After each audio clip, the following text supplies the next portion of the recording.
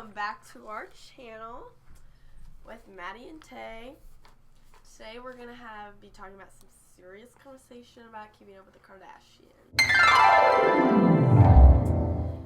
Because, we're constantly scrolling through these perfect photos, these flawless bodies, and these luxury lifestyles that no one can afford. But how much of that is actually real? And it's not just social media anymore. Even the shows we watch for entertainment might be shaping how we think we're supposed to look, live, and define success. Today we're diving into keeping up with the Kardashians, like I said, and we're asking whether it's reality TV or there's something that's quietly influencing the way people see themselves.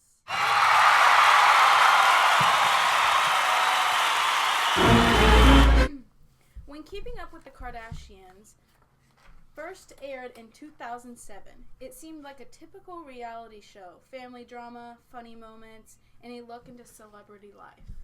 Yeah, it felt pretty harmless at first, but over time, it became way more than that. It started influencing fashion trends, beauty standards, and even how people measure their success. And what makes it powerful is how it blends two things: normal family moments and extreme luxury. Right? I mean, you see them arguing, parenting, joking around, things that feel relatable, but at the same time, they're surrounded by mansions, designer clothes, these $200,000 cars. It's not really that relatable. That mix makes viewers feel connected to them, while also looking up to them. And that's where the influence really starts. One of the biggest themes in the show is appearance. The Kardashians are always shown as picture perfect. One of the biggest themes in the show is appearance. The Kardashians are always shown as picture perfect. Perfect hair, perfect makeup, designer outfits. It's constant. And they talk about their looks a ton too. Like when Kourtney says, "I feel like I need to get my body back." Or when Kim says, "I just want to look good for the cameras." These moments send clear messages. Looking good is important for confidence and success. But the reality behind that image isn't always shown. Exactly. Their appearance often involves professional styling, strict routines, and cosmetic procedures like surgeries. So, while it looks like something you can achieve through hard work alone, that's not the full picture. And it creates unrealistic expectations for the viewers. There's actually research that supports this. Studies show that reality TV can negatively affect body image, especially for women.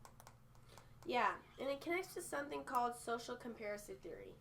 This is basically where people compare themselves to what they see online that's not always true. So, if you're constantly watching perfect bodies, you might start to feel like you don't measure up.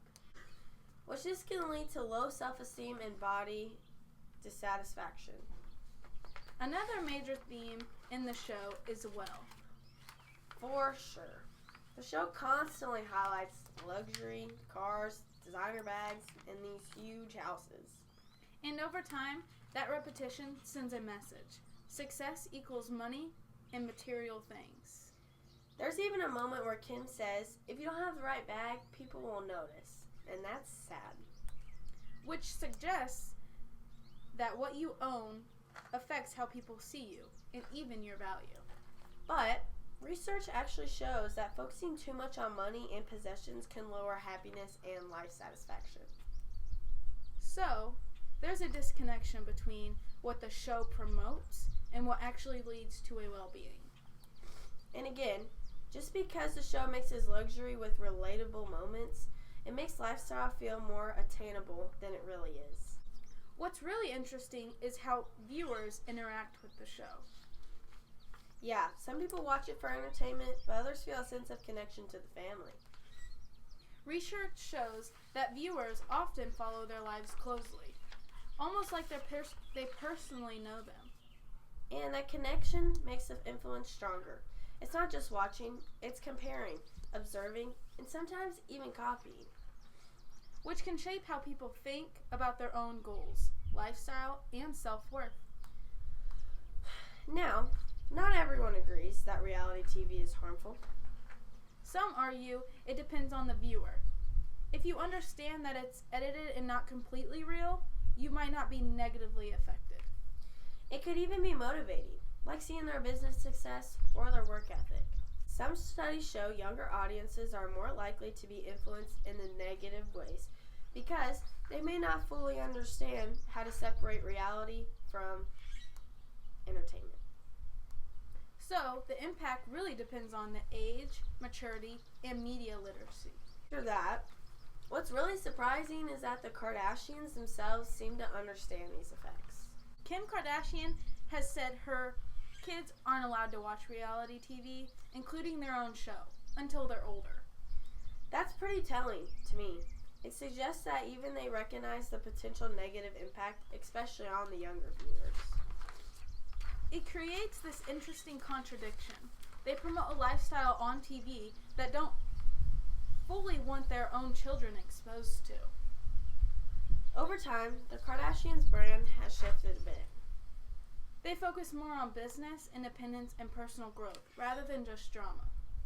But even with that change, the core message has not completely gone away.